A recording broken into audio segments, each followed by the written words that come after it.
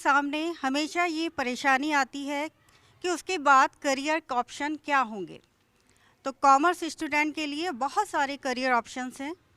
Main जो है commerce के बाद सीए, सीएस, सीएफए में जा सकते हैं और इसके अलावा बच्चे अकाउंटेंट भी बन सकते हैं, एलएलबी भी कर सकते हैं और इसके अलावा टीचिंग जॉब में चूज़ कर सकते हैं। डाइटिशियन का कोर्स करने के लिए आपको सबसे पहले सीयूटी यूजी का एग्ज़ाम क्लियर करना पड़ेगा और उसमें भी कट ऑफ लगती है, ठीक है। और कट ऑफ को क्लियर करने के बाद आपको सब्जेक्ट चूज़ करने का मौका मिलेगा जिसका आपको चूज़ कर सकते हो BSc in dietitian and nutrition वाला कोर्स, जो कि आपका 3 ईयर का प्रोग्राम होता है। बीएससी डाइटिशियन न्यूट्रिशन का कोर्स करने के बाद आप किसी भी हॉस्पिटल या फिर क्लिनिक में भी जॉब करने की अपॉर्चुनिटी आपको मिल सकती है। हेलो एंड नमस्कार, आपका बहुत बहुत स्वागत, अभिनंदन। श्रीमती मिश्री देवी ज्ञान निकेतन नजफगढ़ नई दिल्ली स्कूल में आज हम आए हैं और आप जो सेगमेंट पहले देख चुके हैं उसके आगे का सेगमेंट आज देखते हैं। दर्शकों, नीचे नंबर स्क्रॉल हो रहे हैं, आप अपने प्रश्नों को पूछना ना भूलें और सोशल मीडिया से जुड़ना ना भूलें। अब हम चलते हैं बच्चों की तरफ। मेरा नाम जिया है। मैं हिस्ट्री मैम से ये पूछना चाहती हूँ कि जैसे मैम ने बताया था कि क्यूरेटर और म्यूजियोलॉजिस्ट के बारे में बताया था मैम ने, तो मैं मैम से ये पूछना चाहूँगी कि क्यूरेटर और म्यूजियोलॉजिस्ट की जॉब में क्या मास्टर्स की डिग्री चाहिए होती है? क्यूरेटर पहले आपको पता होना चाहिए होता क्या है। जो आर्ट वर्क को इंटरप्रेट करते हैं ना, दोज आर क्यूरेटर। और museologist those who are going to look after the museum. आपके नेशनल म्यूजियम है ना, जहाँ पे हम सारे आर्टिफैक्ट्स रखते हैं, सब चीज़ों को प्रिजर्व करके रखते हैं। सो जो उनको मैनेजमेंट देखता है, दैट इज़ द म्यूजियोलॉजिस्ट। सो आपको अगर क्यूरेटर और म्यूजियोलॉजिस्ट की जॉब में बहुत इंटरेस्ट है और आप करना चाहते हैं, तो सबसे पहले म्यूजियोलॉजिस्ट के लिए आपको 12th में ह्यूमैनिटी में मोर देन 50% लाने होंगे। आफ्टर डैट आपको बेटा ग्रेजुएशन करनी होगी ह्यूमैनिटी के किसी भी सब्जेक्ट में और पोस्ट ग्रेजुएशन। बेसिकली आप लाइब्रेरी साइंस में, आप हिस्ट्री में करें तो बेटर रहेगा आपके लिए। और फिर उसके बाद आपका एक थर्ड स्टेज भी आएगा जिसमें आपको 3 डिग्री कोर्सेज लेने हैं। वो 3 डिग्री जो सर्टिफिकेट कोर्सेज हैं वो आपके नेशनल म्यूज़ियम जो है वो ऑर्गेनाइज करते हैं। तो आप उनकी वेबसाइट पे जाकर वो कोर्सेज देख सकते हैं, वो आप कोर्सेज कीजिए।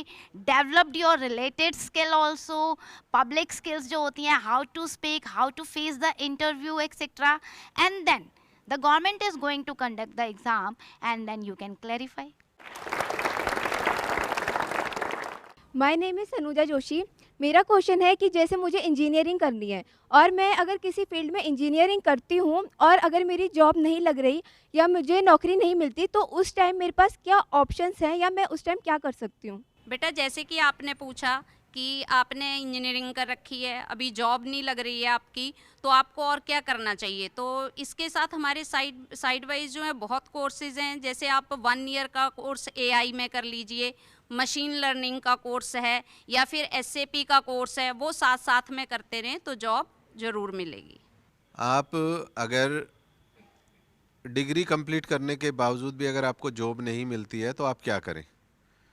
तो जैसे आप लोगों ने देखा होगा कि आप अपना सेल्फ बिजनेस, मैडम ने बताया जो छोटे छोटे कोर्सेज आप कर सकते हैं, तो उन कोर्सेज के बेस पे आप अपना स्टार्टअप शुरू कर सकते हैं, कोई भी बिजनेस आप शुरू कर सकते हैं। तो ज़रूरी नहीं है कि हम सब किसी न किसी जॉब में ही जा पाएँ या हमें जॉब मिल जाए। बट अगर जॉब नहीं मिलती है तो हम लोग इसीलिए स्किल एजुकेशन को डेवलप कर रहे हैं ताकि हर एक इंसान अपना जीवन यापन करने के लिए अपना काम कर सके। तो आप ऑलरेडी उतनी क्वालिफ़िकेशन तो ले ही चुके होते हैं कि जिसमें आप लोगों को कुछ भी लर्न करने में दिक्कत नहीं आएगी। अब यहाँ प्रॉब्लम आती है कि आपके पास प्रैक्टिकल नॉलेज नहीं थी, तो साइड बाय साइड जैसे मैडम ने कहा कि आप सर्टिफिकेट कोर्स करें और उस फील्ड की पर्टिकुलर नॉलेज लें, तो आप अपना सेल्फ बिजनेस स्टार्ट कर सकते हैं। तो उसमें कोई घबराने वाली बात नहीं है। आप अपना कैरियर गोल या अपने लाइफ को अच्छे तरीके से चलाने के लिए अपना काम शुरू कर सकते हैं। My name is Ritika. मेरा क्वेश्चन हिस्ट्री मैम से है कि जो आर्कियोलॉजिस्ट और आर्किविस्ट होते हैं, क्या ये इनकी गवर्नमेंट जॉब होती है? बेटा, आर्कियोलॉजिस्ट, आर्किविस्ट, म्यूजियोलॉजिस्ट, ये जॉब जो है आपकी गवर्नमेंट जॉब भी हैं और आपकी प्राइवेट जॉब भी हैं। तो आपको अपना स्किल जो है इसमें डेवलप्ड करना है। बेसिकली जब हम बात करते हैं ना इन सब चीज़ों की, तो आपको पता होना चाहिए आर्किविस्ट क्या है, जो सर्वे जो हम करते हैं उसे प्रिजर्व कर रहे हैं ना। आर्कियोलॉजिस्ट क्या है, जो हम आर्कियोलॉजी डिपार्टमेंट होता है, हमारे आर्टिफैक्ट्स वगैरह होते हैं उन पे स्टडी कर रहे हैं। तो आप जब भी इस जॉब के लिए अप्लाई करेंगे तो ये दोनों ही सेक्टर में आते हैं आपके, क्योंकि आप देखो एग्जीबिशन भी कर सकते हो, अरेंजमेंट भी कर सकते हो बहुत सारे उसमें पब्लिक फील्ड में। सो ये प्राइवेट भी है और गवर्नमेंट जॉब भी है। आपको मैडम ने दोनों ऑप्शन बता दिए कि आप गवर्नमेंट और प्राइवेट सेक्टर दोनों में जा सकते हैं। जहाँ पे हम बात करते हैं आर्कियोलॉजिस्ट की, कि अगर आप किसी रिसर्च वर्क में जाते हैं, पर्टिकुलरली अगर आपने हिस्ट्री सब्जेक्ट लिया और आपने पीएचडी स्टार्ट किया, तो पीएचडी में अगर आपने कोई भी मोनूमेंट पकड़ा कि मुझे इस मोनूमेंट के बारे में और भी ज़्यादा डेप्थ डिटेल रिसर्च करना है, तो उस रिसर्च के लिए आप जहाँ पे जो आपकी खुदाई चल रही होती है उसके दौरान आप वहाँ जाते हैं, उन चीज़ों को ऑब्जर्व करते हैं, देखते हैं कि किस किस तरीके के अवशेष वहाँ पे मिले और उसकी डेप्थ क्या है, हर एक लेवल पे आपको क्या क्या देखने को मिला। तो जब आप कोई पर्टिकुलर रिसर्च एरिया में अच्छी रिसर्च करते हैं तो वो कहीं ना कहीं आपकी एक्नॉल्ज होती है, गवर्नमेंट लेवल पे भी एक्नॉल्ज होती है और प्राइवेट सेक्टर में भी एक्नॉल्ज होती है कि आपने इस तरीके की कोई खोज निकाली और जो आपके लिए और देश के लिए बहुत ही कीमती थी और उसकी इन्फॉर्मेशन सभी लोगों तक पहुंचनी चाहिए। जब आप कोई भी न्यू इन्वेंशन करते हो या कोई खोज करते हो तो डेफिनेटली वो दोनों सेक्टर्स को इन्फ्लुएंस करती है और जहाँ से आपको बेटर अपॉर्चुनिटी मिलती है आप वो ग्रैब कर लेते हो। तो दोनों तरफ आपको ऑप्शन मिलते हैं, तो आप अपनी तरीके से अपना काम और अपनी नॉलेज को एनहेंस करते रहिए।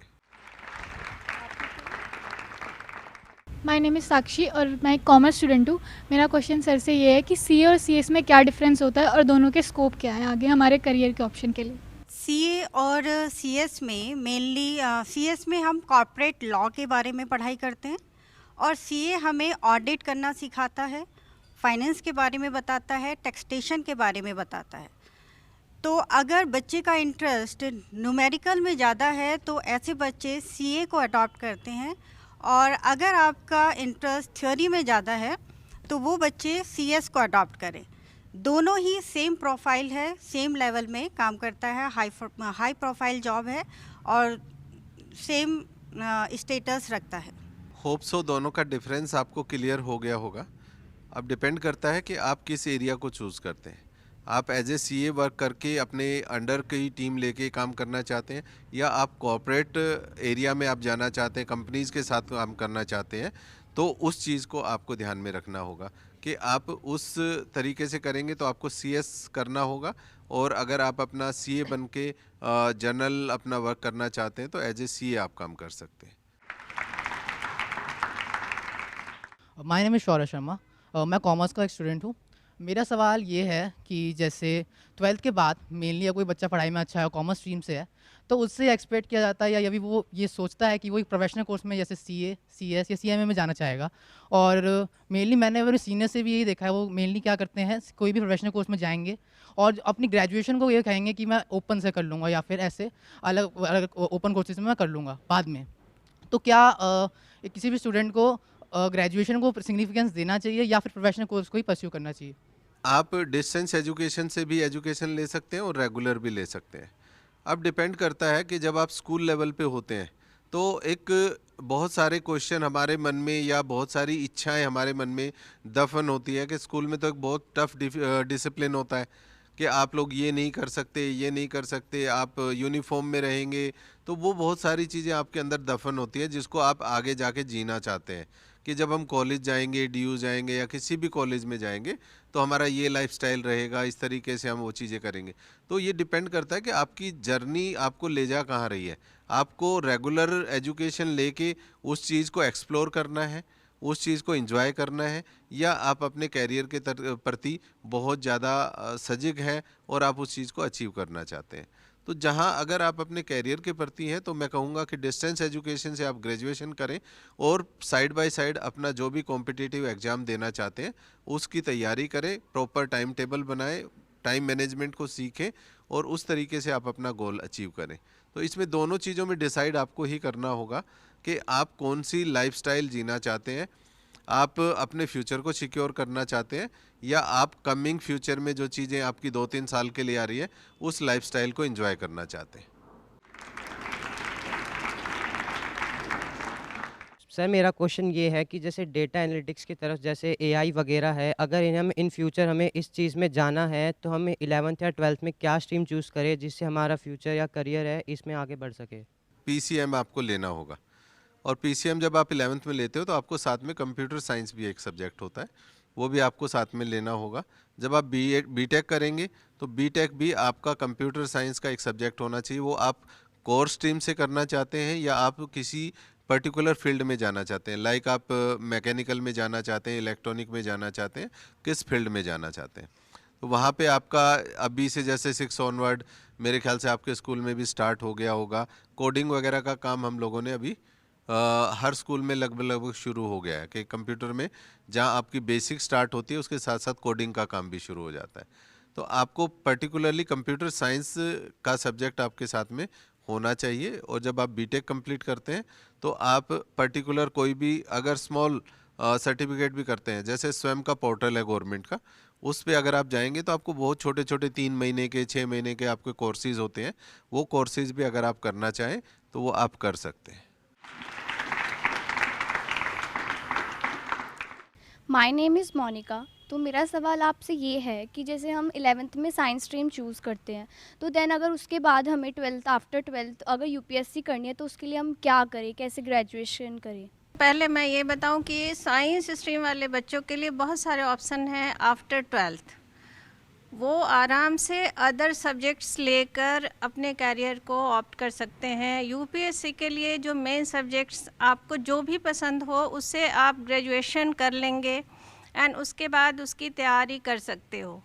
ये तो सिंपली यूपीएससी के लिए हुआ कि जो भी सब्जेक्ट वो ऑप्शन मतलब ले सकते हो जो तुम्हें इंटरेस्टिंग लगे और जिसमें तुम्हारा एक्सपर्टाइज हो जाए। और क्योंकि इसमें यूपीएससी क्या है, एक नॉलेज है, और मैं सभी बच्चों को बोलना चाहूँगी कि एक बार यूपीएससी ज़रूर पढ़ो। मीन्स कि नॉलेज के लिए पढ़ो, नॉट फॉर कंपटीशन, नॉलेज। उसको पढ़ने के बाद जो आपके पास नॉलेज आएगी फिर तब तुम्हें लगेगा कि हमने अब तक कुछ पढ़ा ही नहीं था। तो मोनिका का सवाल बहुत अच्छा है। तो तुम अपना 12th करने के बाद साइंस से अपना सब्जेक्ट ऑप्ट करके और फिर यूपीएससी की तैयारी कर सकती हो। अदर दैन दिस मैं एक और चीज़ इसमें ऐड ऑन कर रही हूँ कॉमर्स के बच्चों के लिए कि सीएस एंड सीए यही कैरियर ऑप्शन नहीं है। साइंस के बच्चों के लिए मेडिकल एंड इंजीनियरिंग ही कैरियर ऑप्शन नहीं है। तुम लोग 12th के बाद आराम से बीबीए कर सकते हो, बीएमएस कर सकते हो, एमबीए कर सकते हो। और सीएफए एक बहुत ही टफ कंपटीशन है, बट 3 लेवल का एग्ज़ाम होता है। वो लेवल 1, लेवल 2 एंड लेवल 3। जिनको फाइनेंस में इंटरेस्ट हो वो बच्चे बीबीए बीएमएस करके सीएफए कर सकते हैं। जस्ट लाइक एमबीए, तीनों लेवल करने के बाद वो एमबीए लेवल का हो जाता है। तो ये सब कैरियर ऑप्शन में आप ऐड ऑन कर सकते हो as per your interest. 12th के बाद बहुत सारे ऑप्शंस आपको खुद ही मिल जाएंगे और हमारी तरफ से शुभकामनाएं हैं। माय नेम इज़ प्रशांत कंडारी और मैं एक कॉमर्स स्टूडेंट हूँ।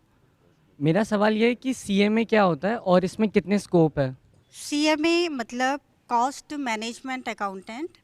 इसमें हम बजटिंग करते हैं कि किस तरीके से ऑर्गेनाइजेशन को बजट करना है, किस तरीके से फाइनेंशियल प्लानिंग करनी है, जो कि किसी भी ऑर्गेनाइजेशन को उसके गोल को अचीव करने में हेल्प करेगा। My name is Virendra Maurya और मैं मर्चेंट नेवी ज्वाइन करना चाहता हूँ। तो 12th के बाद मैं क्या करूँ? इसके लिए आपको एनडीए की प्रिपरेशन करनी पड़ेगी और 12th के बाद एनडीए का एग्ज़ाम देना होगा। एनडीए का एग्ज़ाम जब क्लियर हो जाएगा आपका तभी आप ज्वाइन कर सकते हैं। और यदि फर्स्ट इसमें एनडीए नहीं होता है तो तुम ग्रेजुएशन कर लो और ग्रेजुएशन के बाद फिर सीडीएस एक एग्ज़ाम आता है, कंबाइंड डिफेंस सर्विस, उससे भी आप अपने सपने को पूरे कर सकते हो। My name is Nishant Goswami. मेरा क्वेश्चन ये है कि जैसे हमारे बहुत से टीचरों ने बताया कि कॉम्पिटिटिव एग्ज़ाम है, तो मेरा क्वेश्चन ये है कि काफ़ी लोग हमें रिकमेंड करते हैं कि हमें इंस्टीट्यूट वगैरह ज्वाइन करने चाहिए, उससे हमें काफ़ी आसानी मिलती है। तो क्या ये सही है या गलत है, और हमें लेना चाहिए तो आफ्टर 12th लेना चाहिए या 12th में लेना चाहिए, और कौन सा? देखिए, हमारा उद्देश्य होता है किसी भी गोल को अचीव करना। अब आपका क्वेश्चन है कि हमें कहीं से कोचिंग लेनी चाहिए या नहीं लेनी चाहिए, तो ये डिसाइड करना आपका काम है, क्योंकि आपको अपनी वीकनेस और स्ट्रेंथ का पता है कि आप सेल्फ स्टडी करके किसी गोल को अचीव कर सकते हो या आपको एडिशनल हेल्प की नीड है। और जहाँ आपको एडिशनल हेल्प की नीड आती है, तो आप, जैसे हमने पहले भी बताया कि डिस्टेंस एजुकेशन के साथ साथ आप अपनी कोचिंग ले सकते हैं और उस कोचिंग के बिहाफ पे आप अपना गोल अचीव कर सकते हैं। ये आपको डिसाइड करना है और आप ही इसको जज कर पाएंगे कि आपकी वीकनेस और आपकी स्ट्रेंथ क्या है। जहाँ पे 12th में आप कोचिंग स्टार्ट करें या आप उसके बाद स्टार्ट करें, तो अभी आपने पिछले 1 वीक पहले आपने एक आर्टिकल सुना होगा या न्यूज़ में भी सुना होगा, बिलो 16 किसी भी कोचिंग सेंटर पे कोई बच्चा नहीं जा सकता। अगर वो 16 साल से नीचे है तो वो कोचिंग नहीं ले सकता बाहर जाके। तो ये चीज़ ध्यान रखिएगा कि वो इलीगल है। और वो उसका रीज़न क्या था, कि वो रीज़न इसलिए कि बच्चों के ऊपर वो टीनेज कवर भी नहीं करते हैं, उससे पहले उनके ऊपर इतना स्ट्रेस आ जाता है अपनी पैरेलल एग्ज़ाम का और अपने कैरियर ऑप्शन का या अपने कॉम्पिटिटिव एग्ज़ाम को अचीव करने का। तो इसीलिए गवर्नमेंट ने इस तरफ एक फोकस किया है कि वो समय पे ही हो। तो सबसे पहले आपकी रिस्पॉन्सिबिलिटी बनती है कि आप 12th स्टैंडर्ड का जो भी सब्जेक्ट आप पढ़ रहे हैं उसको अच्छे तरीके से पढ़ें, ताकि आगे आने वाले कंपटीशन में आप अपने सब्जेक्ट्स में कहीं मार ना खाएं या आपको कहीं वीकनेस ना लगे। तो पहली बात कि चॉइस आपकी है कि आप कोचिंग बाहर लेना चाहते हैं या नहीं लेना चाहते हैं। दूसरी बात है 12th में ले या ना ले, तो मेरा सजेशन आपसे यही रहेगा कि जो काम आप कर रहे हैं पहले उसको बखूबी करें, उसके बाद जो भी एडिशनल करना है वो काम करें आप। Good afternoon, my name is Khushi. My question is for Rajneesh sir. अगर मेरे को नेशनल प्लेयर बनना है या नेशनल लेवल पे खेलना है तो मुझे क्या क्या प्रिपरेशन करनी पड़ेगी उस चीज़ के लिए?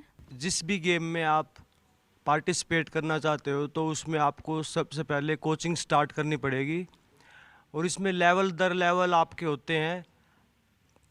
सबसे पहले आपका जोनल होता है। अगर आप जोनल में फर्स्ट आते हो तो फिर दिल्ली, पूरी दिल्ली के आपके इंटर जोन होते हैं। अगर आप इंटर जोन में फर्स्ट आते हो तो इसका मतलब आप दिल्ली में फर्स्ट हो। अगर दिल्ली में आप फर्स्ट हो तो आप नेशनल में पार्टिसिपेट कर सकते हो, जो अपनी स्टेट को आप रिप्रेजेंट करोगे, दिल्ली को। वहाँ सभी स्टेट आएंगी और वहाँ पे अगर आप पोजीशन फर्स्ट डालोगे तो आपका नेशनल में गोल्ड मेडल आएगा। गोल्ड मेडल के लिए जो गवर्नमेंट है हमारी, जो स्टेट जो ऑर्गेनाइज करती है, वो 3 लाख रुपीज़ गोल्ड मेडल के लिए, 2 lakh rupees silver and 1 lakh for bronze medal के लिए देती है। साथ में सर्टिफिकेट भी देती है जो आपके जॉब में भी काम आता है। तो इस तरीके से आप अपनी तैयारी कर सकते हो। माय नेम इज़ अनुष्का, मैं एक मेडिकल स्टूडेंट हूँ। मेरा डाउट ये है कि अगर हम बीएससी नर्सिंग करते हैं तो उसके बाद हम जॉब में अप्लाई कैसे कर सकते हैं, क्या क्या ऑप्शंस हैं, और बीएससी करने के बाद भी? जैसा भी अनुष्का ने अभी पूछा कि बीएससी नर्सिंग के बाद हम अपनी जॉब कैसे अचीव कर सकते हैं, जैसे कि उसका बहुत अच्छा क्वेश्चन है, क्योंकि बीएससी नर्सिंग एक कोर्स ही है। अल्टीमेटली हम सबका जो एम है वो है कि हमें जॉब कैसे अचीव करनी है।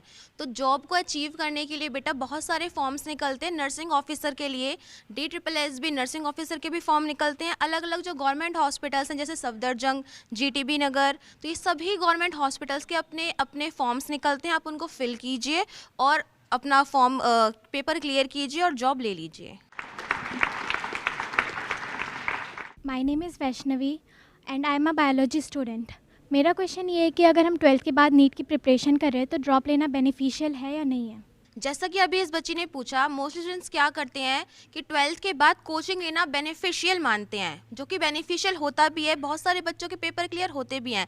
लेकिन अगर मान लो कोचिंग लेने के बाद भी, 1 ईयर ड्रॉप करने के बाद भी आपको पेपर क्लियर नहीं होता है, तो क्या आप उस 1 ईयर जो आपने पूरा इन्वेस्ट किया है अपनी पढ़ाई में, क्या आप उसको वेस्टफुल मानोगे? बिल्कुल नहीं। अगर आपने उस पूरे 1 ईयर को बहुत अच्छे तरीके से पढ़ाई करी है तो वो आपके लिए बिल्कुल भी वेस्टफुल नहीं है, वो आपकी नॉलेज को बढ़ा रहा है। अगर आपका सिलेक्शन फिर भी नहीं होता है तो आपको निराश होने की ज़रूरत नहीं है, आपके पास बहुत सारे करियर ऑप्शंस फिर भी बचते हैं। देखिए, एक चीज़ आप हमेशा अपने ध्यान में रखें कि जब भी कोई काम हम करते हैं या कोई गोल अचीव करते हैं तो उसके लिए हम एफ़र्ट्स करते हैं, और उस एफ़र्ट्स के लिए हमारे पास एक सफिशिएंट टाइम होता है। मान लीजिए मैं आपकी एजुकेशन की बात करता हूँ, तो आप लोग डायरेक्ट 11th-12th पास आउट नहीं करते हैं, आप हर साल एक एक क्लास पास आउट करते हैं और हर स्टेप पे कुछ ना कुछ सीखते हैं। अगर आप 6th क्लास से बात करें तो 6th क्लास और आज आपका जो माइंड सेट है या जो आपकी स्ट्रेंथ है माइंड की, वो कहीं ना कहीं चेंज हो गई है, आपकी लर्निंग कैपेसिटी बढ़ गई है। तो अगर आप किसी एक ऐसे एरिया में जाना चाहते हैं जिसके लिए आप प्रिपरेशन साइड बाय साइड नहीं कर पाए, तो एटलीस्ट 1 साल उस प्रिपरेशन के लिए देना कहीं गलत नहीं है। आप उस चीज़ को थोरोली पढ़िए, उसके सिलेबस को देखिए, टाइम टेबल बनाइए, एक प्लानर बनाइए, और उस प्लानर के साथ आपको लगता है कि हाँ, अब मैंने 1 साल इस पे पूरी प्रिपरेशन की, अब मैं एग्ज़ाम दे सकता हूँ या दे सकती हूँ। आप बिल्कुल उस तरीके से अपनी तैयारी करें। दूसरा यहाँ पे आता है कि आप इमीडिएटली 12th के बाद एग्ज़ाम देना चाहते हैं, तो वो आप उसको देखना चाहते हैं कि किस टाइप का फॉर्मेट आता है एग्ज़ाम में, या एग्ज़ाम का एनवायरनमेंट कैसा होता है, मैं वहाँ जाके अपने आप को कंफर्ट फील कर पा रहा हूँ, कर पा रही हूँ, वो अगर आपको एनालाइज करना है तो एक अलग बात है। बट अगर आप ये मान के चलते हैं कि मैं उस एग्जामिनेशन के लिए बिल्कुल प्रिपेयर हूँ, तैयार हूँ, तो कहीं ना कहीं आपको अपने आप को इस चीज़ के लिए चेकआउट करना होगा। हर पैरामीटर पे आपको चेकआउट करना होगा कि आपका सिलेबस किस तरीके का आता है, कौन कौन से सब्जेक्ट से कितने कितने मार्क्स के क्वेश्चन आते हैं, उस कितना कौन कौन सा एरिया आता है, कौन सा एरिया मुझे कवर करना है, किन किन टॉपिक्स को मैं छोड़ सकती हूँ, किन किन टॉपिक्स को मुझे करना है। तो वो सारी चीज़ें आपको 1 साल में लगभग आप सारी कवर कर जाते हो और देख लेते हो, तो इसके बाद आप सेल्फ स्टडी के बाद भी अपना गोल अचीव कर सकते हो। तो मुझे नहीं लगता कि अगर आप 1 साल का गैप लेते हो तो वो गैप नहीं है, आप उस चीज़ के लिए लर्निंग कर रहे हैं, सीख रहे हैं, पढ़ रहे हैं, ताकि आप अपना गोल अचीव कर सकें। जैसे हमारे पैनलिस्ट साथी ने बताया कि आप फेलियर से ना डरें, तो ज़रूरी नहीं है कि आपने 1 साल किया और आप सक्सेस हो जाएं। हो सकता है कि आपकी कहीं ना कहीं कोई चूक रह गई, कोई स्पीड कम रह गई आपके क्वेश्चन अटैम्प्ट करने में, नेगेटिव मार्किंग थी, वहाँ मार्क्स ज़्यादा कट गए, आप ओवर कॉन्फिडेंट हो गए। बहुत सारे पहलू होते हैं जो हम लोग उस टाइम एग्ज़ाम के टाइम पे नहीं सोच पाते। तो एग्ज़ाम के बाद हम एनालाइज करते हैं और उस फील्ड में हम वर्क करते हैं ताकि हम अच्छा बेहतर से बेहतर कर सकें। तो इस चीज़ का आप ध्यान रखें कि जो भी आप कर रहे हैं, तो आने वाले साल में आप एक नई क्लास में गए हो और उस नई क्लास के सिलेबस को देखना, पढ़ना हमारे लिए बहुत ज़्यादा इम्पोर्टेंट हो जाता है अपने अच्छे रिजल्ट के लिए। सीखने के लिए जुनून पैदा कीजिए। यदि आप ऐसा कर लेते हैं तो आप अपने जीवन में बिल्कुल सफलता प्राप्त करेंगे। और सीखना, लर्निंग एक ऐसी चीज़ है जो आप रेगुलरली अगर करते हैं, अगर आपका किसी भी फील्ड में इंटरेस्ट है, उससे संबंधित चीज़ों को आप पढ़ते हैं, लिखते हैं और उसके बारे में जानते हैं, तो आप वाकई अपने आप को एक दिन सक्सेसफुल ज़रूर देखेंगे। अभी मेरे मन में एक प्रश्न आ रहा है और हमारे जितने पैनलिस्ट हैं, मैं सबसे आग्रह करूँगी जो भी इसका आंसर देना चाहें वो दे सकते हैं। अगर मेरे अंदर कॉन्फिडेंस की कमी है तो मैं किस तरीके से अपने कॉन्फिडेंस को बिल्ड कर सकती हूँ? क्योंकि कई बार ऐसे बहुत सारे बच्चों में देखा गया है जो बहुत इंटेलिजेंट होते हैं, लेकिन अगर वो भीड़ में जाते हैं, लोगों से बातचीत करने का उनको मौका मिलता है तो वो बोल नहीं पाते। तो ऐसा वो क्या करें कि वो बहुत अच्छे से अपने कॉन्फिडेंस को बिल्ड कर पाएँ? इसके बारे में थोड़ा सा हमारे दर्शकों को बताएं। एक कॉमन क्वेश्चन है और बहुत अच्छा क्वेश्चन है। ये चीज़ें हम आमतौर पर देखते हैं और आज भी अगर हम इस प्रोग्राम के माध्यम से इस बात को प्रूव करें तो आज भी इस चीज़ को हम देख रहे हैं कि हमारे पास इतने सारे बच्चे बैठे हैं और हम बार बार एक रिक्वेस्ट कर रहे हैं कि क्वेश्चन पूछें, लेकिन क्वेश्चन बहुत कम आ रहे हैं। क्या आप सभी के मन में कोई क्वेश्चन नहीं है? क्या आप जीवन में कुछ बनना नहीं चाहते हैं? यहाँ कमी है तो सेल्फ कॉन्फिडेंस की है, कि वो कॉन्फिडेंस हमारे अंदर नहीं है। वो क्यों नहीं है? ऐसा तो है नहीं कि वो स्कूल का कोई सब्जेक्ट है और वो आप लोगों को पढ़ाया नहीं गया। सेल्फ कॉन्फिडेंस, अगर आप अपने बारे में कुछ जानना चाहते हैं, आपकी कोई जिज्ञासा है, आप बचपन से ही टीचर से अपने क्वेश्चन पूछते आए। यहाँ हम सबसे बड़ी कमी क्या पाते हैं कि हमारा जो क्वेश्चन है वो जनरली किसी और साथी के द्वारा पूछ लिया जाता है, कि क्लास में किसी ने क्वेश्चन पूछा, हाँ कुछ मेरा भी ऐसा ही क्वेश्चन था और मेरा भी सॉल्यूशन हो गया। तो आपने कभी स्टेप अप किया ही नहीं कि नेक्स्ट टाइम इस टाइप का क्वेश्चन अगर मेरे माइंड में आता है तो मैं पूछूंगा। तो जब भी आप अपने क्वेश्चन फॉर्म करते हैं अपने माइंड में, तो बिल्कुल इधर उधर इफ बट मत सोचिए कि कोई मैं ये क्वेश्चन पूछूंगा, कोई हंसेगा मुझ पर और मेरी लेग पुलिंग करेंगे। वो उनका काम है, वो उन लोगों का काम है कि वो आप लोगों को की लेग पुलिंग करेंगे, और इस तरीके से आप अपने क्वेश्चन को अपने अंदर ही रख कर बैठ जाते हैं। स्कूल एक ऐसा प्लेस है जहाँ पे आपका ओवरऑल डेवलपमेंट होता है। आपके कोरिकुलम एक्टिविटीज़ होती है, आपके सांस्कृतिक प्रोग्राम्स होते हैं जिनमें आपके टीचर्स आप लोगों को मोटिवेट करते हैं कि आप इस प्रोग्राम में भाग लें, आप इस एक्ट में भाग लें, आप भाषण दें, आप पोएम बोलें, कुछ ना कुछ आप करते रहें। तो वहाँ पे भी आप देखते हैं कि कुछ बच्चे वॉलंटरली आ जाते हैं कि मुझे एक्ट करना है, मुझे पार्ट करना है, मुझे सिंगिंग करनी है, मुझे डांस करना है, मुझे इस प्रोग्राम में भाग लेना है। बट वहाँ पे भी हमारा एक बड़ा एरिया क्लास में ऐसा होता है जो मात्र इंजॉय करने के लिए बैठा होता है, और वो इंजॉयमेंट खाली अपना देख के करते हैं। बट अगर लाइफ में उनको कुछ करना हो तो वो वहीं पे ही अपने आप को लैग कर देते हैं और वो उस गोल को अचीव नहीं कर पाते। तो कभी भी किसी भी जगह पे अगर कुछ आप बेहतर करना चाहते हो, अपने जीवन में बेहतर करना चाहते हो, तो आपको अपनी सराउंडिंग से थोड़ा सा ब्लाइंड फोल्डेड होना पड़ेगा, आँख कान बंद करने पड़ेंगे, ताकि आप ये समझ सके कि मुझे जो जानना है, मुझे जो पूछना है, वो मैं आराम से पूछ सकूं और मेरे क्वेश्चन का आंसर मिल सके। तो सबसे पहले बोलने की अपनी इच्छा रखिए कि मुझे बोलना है, मुझे पूछना है। मैं गलत पूछूं, सही पूछूं, वो मेरे से जिससे मैं क्वेश्चन पूछ रहा हूं वो बता देगा कि आपका क्वेश्चन ठीक है, कोई दिक्कत नहीं है। टीचर ने आपका क्वेश्चन ठीक कर दिया कि अच्छा आप ऐसा कुछ पूछना चाहते हैं, तो वो ज़रूर आप लोगों को हेल्प होगी। तो आप इस चीज़ का विशेष ध्यान रखें कि जब भी आप अपने मन में क्वेश्चन फॉर्म करते हैं तो पूछें ज़रूर। जब आप पूछेंगे तो आपको एक सेटिस्फेक्शन होगा, और सेटिस्फेक्शन होगा तो आप नेक्स्ट टाइम एक की बजाय 2 क्वेश्चन पूछेंगे। आज मैं श्रीमती मिश्री देवी ज्ञान निकेतन, जो कि नजफगढ़ नई दिल्ली स्कूल में हम आए, यहाँ पर हमने इस प्रोग्राम को किया और आगे भी इस प्रोग्राम को हम एक नया आयाम देते रहेंगे। अलग अलग जगह पे अलग अलग स्कूलों में जाते रहेंगे, और यहाँ पर मौजूदा सबसे पहले जितने भी पैनलिस्ट हैं, मैं सबका बहुत धन्यवाद करना चाहूँगी, और साथ ही साथ यहाँ बैठे बच्चों का बहुत धन्यवाद करना चाहूँगी। तो दर्शकों, इस कार्यक्रम को देखते हुए यदि आपके मन में भी अगर सवाल उठ रहे हैं तो नीचे नंबर स्क्रॉल हो रहे हैं, उस पर आप कॉल कर सकते हैं। साथ ही साथ सोशल मीडिया से जुड़कर भी अपने प्रश्नों को पूछ सकते हैं। तो आज के इस कार्यक्रम से मैं लेती हूँ यहाँ पर विदा। आप कहीं मत जाइएगा, देखते रहिए सुभारती टीवी और अपना रखिएगा विशेष ध्यान। तब तक के लिए मुझे यानी रीमा को दीजिए विदा। साइनिंग ऑफ, नमस्कार।